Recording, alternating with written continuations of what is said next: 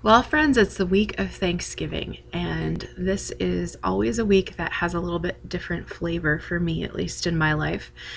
It is a week where I like to slow down and step back and assess and be grateful.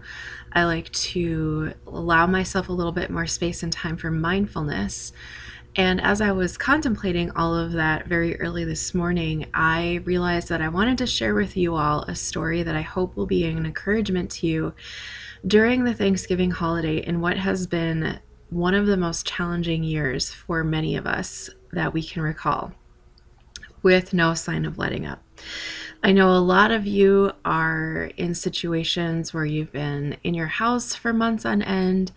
I know a lot of you are in situations where you're financially strapped.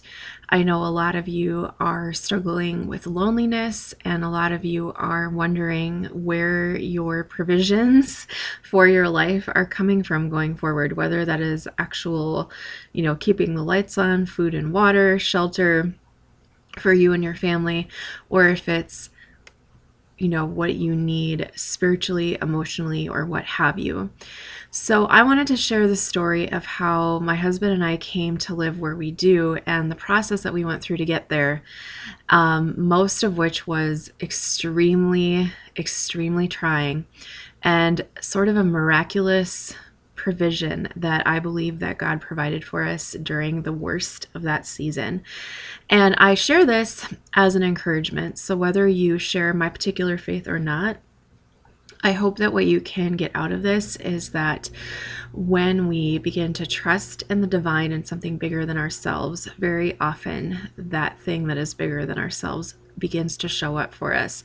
And sometimes it's in very, very small, subtle ways, and sometimes it's in really, really obvious ways, like I'm going to share with you today in this story. So this story actually goes back to 2008.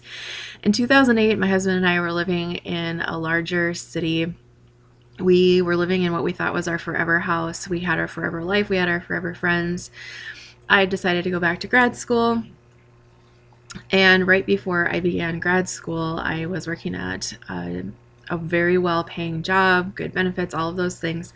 We had been working in those types of jobs for a number of years, in fact, for most of our marriage. And so at that point, we were pretty well set up. And as two people that didn't have kids, we had pretty much no care in the world. And then 2008. In 2008, we literally lost every last bit of retirement and savings that we had. And I was in the process of going back to grad school.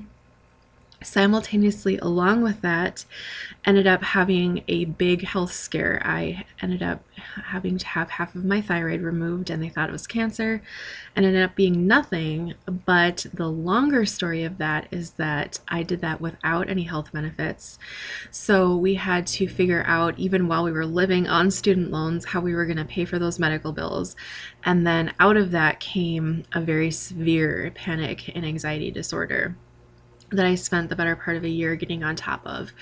And that meant a lot more counseling, doctor's visits, that sort of thing, just to get on top of all of that.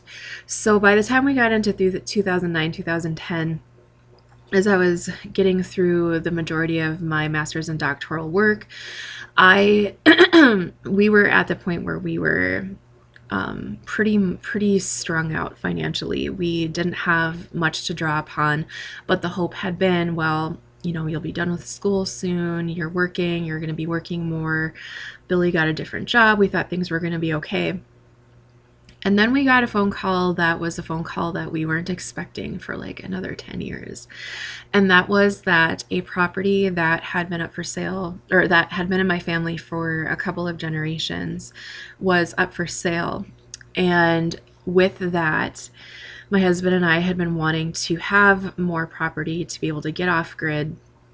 We'd lived through 3 major natural disasters in the city that we lived in a militarized zone with checkpoints and Black Hawk helicopters and the whole 9 yards. And that whole thing had really taught us that we were not as safe in the city as we thought, and that we did not have the ability to provide for our needs the way that we really felt that we needed to.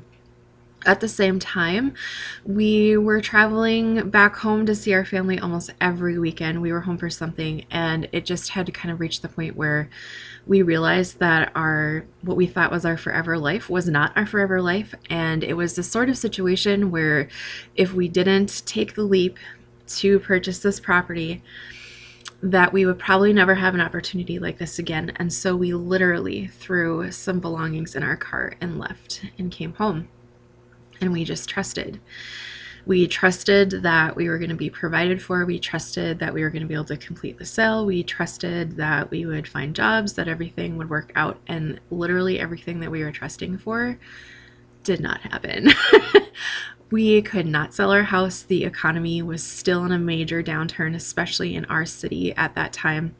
So we spent an entire year trying to sell our home, and all of the equity that we had had in our home, we lost, and we actually had ended up paying in a large sum of money to get out of it eventually. We also were not able to complete the purchase of the property that we had wanted to complete here. During that whole year, we were just in this limbo state. We were in this holding pattern. And if you've ever been in a holding pattern in your life, you know how difficult that state of limbo is. And I think, honestly, that is one of the reasons why COVID is so exhausting, is because we don't know when it's going to end. We don't know what the answers are. We disagree on the solutions for the issues, and we're just in this constant state of unknown with a very low sense of security in what is happening. So here we are. We have no home, we have no money, and we are relying at this point on the goodness of friends and family. So we ended up moving into this little tiny prairie house that I grew up in. And in a way, it was a great comfort to me because it felt more like home than any place that I could be at that point. It was the home that I spent my childhood in. But it was also a very, very old prairie house that was never built right, that had been through multiple tornadoes. And it was a long, long, cold winter while we couldn't sell our house, while we couldn't purchase the property, where we literally were not making any ends meet. And I mean, like, mustard sandwiches were what we were eating. We, I was working adjunct at the local college at that time. We only had one working vehicle. My husband was working an hour away, and he was working in an abusive workplace, and like things just kept getting worse and worse. So I tell you all of these things not as a sob story, but to say that I do understand, like, layer upon layer upon layer of things seeming to get worse. And the trust that I had had in provision at that point was waning. I was just very frustrated, angry, feeling very abandoned.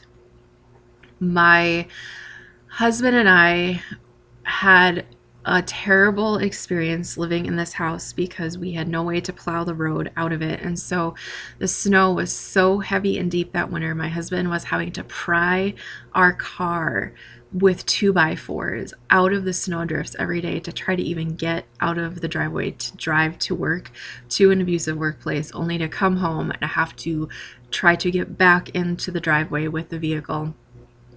It was just a very, very trying time. And looking back on that, I realized that that time was used to strengthen our faith, even though it felt like we didn't have any faith left.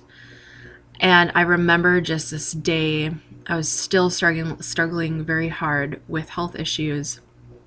I was trying to write my dissertation in this freezing cold house. I was actually getting like very, very mild, but actually getting like frostbite on my toes and stuff because it was so cold. We could not stay warm. I was really understanding what the pioneer families went through on a small scale of when they moved to these places that we live. And I just thought, we're going to have to declare bankruptcy, that we're never going to get through this. And I just fell to the floor, just like sobbing. Like, I really felt like God had turned his back on us. We had tried to be faithful, and there was just nothing left of us. There was just literally nothing left of us. And then the worst thing that could have happened. The one thing that we had was our car, and the car broke down. which meant that my husband couldn't get to his job. And the car broke down big. And it actually, truly, to the last dollar and cent, wiped out everything that we had. It was a very large repair bill, and it was such a blow that it was like we couldn't even verbalize what was happening at that point to our church family, to our families, to our friends. It was like we were definitely at the lowest point at that point. Didn't have anything left. We're totally wiped out, and still saw no end in sight to selling our home, purchasing the property, any of that. And I just remember going numb. And we never told anyone what the dollar amount was of this car repair, but I recall that it was something very specific and random, like $1,082.36 or something like that. But we never told anyone what that amount was. And we went to church that morning to lead worship, to help with Sunday school, to do all these things, like feeling like there's absolutely no way we can even do this. Like, I am beyond mad at God. I feel abandoned. Like, why should I do anything to serve him? I don't feel supported. Just like on and on and on. My husband the same way. We went into church. We did the church thing. We showed up. And after church, we walked out to our car. And there was a note in the car. And the note said, "This is just a note from some Christian friends who know that you could use some encouragement." And there was a check inside the note. And the check was for the exact dollar amount that we had lost on the car repair. Whatever, I think it was like that $1,082.36. So we're not just saying it was $1,000 in cash. Like, somehow, and I have no idea how, because where we got the car repaired wasn't even in our town. Someone had either found out about the situation or had just been very specifically led to give that gift of love to us at that time. And it was this time of like the darkest dark, where there was this huge beam of light that just came in and showed us that we weren't alone, that we were going to be provided for, that we were seen, that our specific, like very specific to the dollar and cent amount needs were being looked after and noticed. And it really allowed us to get through the worst of that long winter. I don't know if you're familiar with the Laura Ingalls Wilder book series, but she has a book called The Long Winter about a very, very bad prairie winter. And this was our version of the long winter. And long story short, that huge ray of hope for us allowed us to hang on, even mental health wise, long enough to get through the rest of that very, very long winter. We were able to complete the purchase of our property. My husband was able to get a better job. I was able to get a better job.